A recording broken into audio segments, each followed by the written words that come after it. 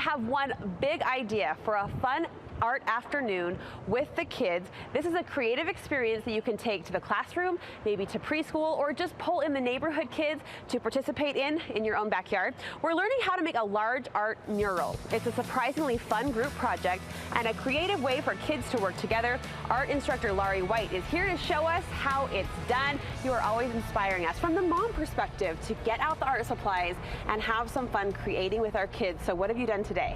So we're going to talk about a mural today, and a mural is just a large painting either on a wall, inside or outside. Many murals can be done by one artist, but I think it's funner to have a collaborative mural where we can do art with a lot of artists. And my favorite place to be is in the elementary school, and especially this time of year. After their testing, there's a couple end of the weeks where you actually have time to go into the school and really have some fun.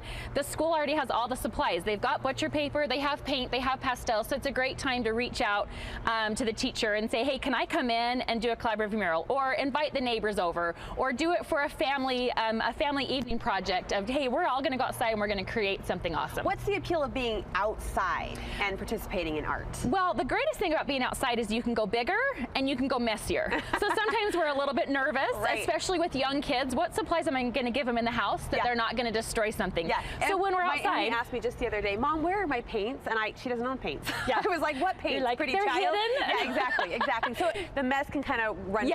Yeah. So this is definitely a way that you can go outside, throw some old T-shirts on them, get those paints that Grandma gave, or somebody gave me a gift, and you're thinking, I don't want those in my house. Take them outside, lay some butcher paper down, or I love to use clothespins and put big paper on the fence, and then just let them go for it and let them make a mess. And we're all done. Take their shirts off, throw the paints away, and you've got some art, but not a mess. There's fun in the creative free reign, like you said, just go for it. But you're also great, Laurie, about prompting us moms with prompts we can give our kids, how to set them up for art success and a positive creative experience. So what's the structure here? How can we do that with this project? I'm so glad you asked that. There's so many times where we think, just give them supplies and they're going to make something awesome.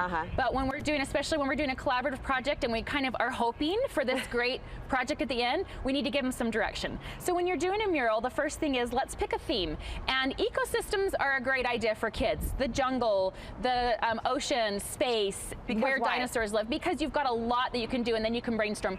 Okay, if we're going to do a jungle, who lives in the jungle? And then I talk to the class, okay, and we write everything on the board, all the animals. Okay, now what type of things are around them? We name the plants and the flowers. What type of colors are we gonna see? And how can we make this even funner? So this creative conversation is happening before you ever put a paintbrush in their paws. Before we drew anything, before we get the big paper out, we talk about what are we gonna do?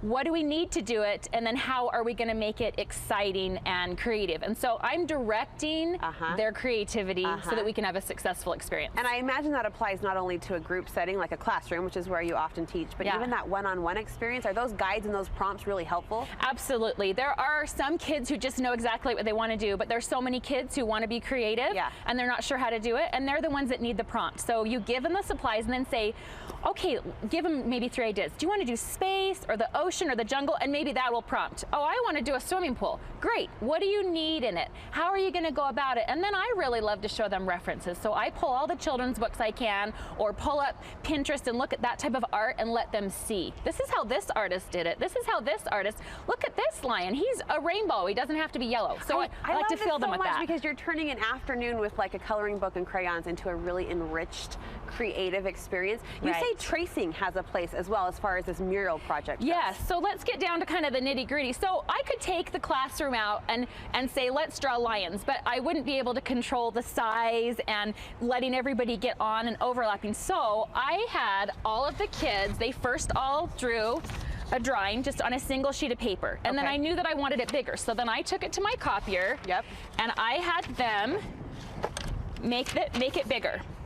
All of them, I made them big and then just bubble cut around it. Okay, and then to transfer, you can just lay chalk all on the back. Okay. Stick it, here's this guy right here, okay? I stuck him right here, and then I just trace again with a pencil, and it transfers the chalk. So it's their drawing. So it's their drawing, they did it, it's their interpretation of a lion, but I was able to make sure that everything is gonna fit, and I could make the composition. You had a little bit of control. A little bit. Now sometimes I let them go for it, but this is gonna be a special gift for a friend, and I just wanted to control it a little bit more. Well, and if you're a mom maybe wanting to help produce produce an art piece for your home, right? Something you're going to Exactly. frame and hang long term. That's a great way to give them their creative space, but still make it work for the project goal.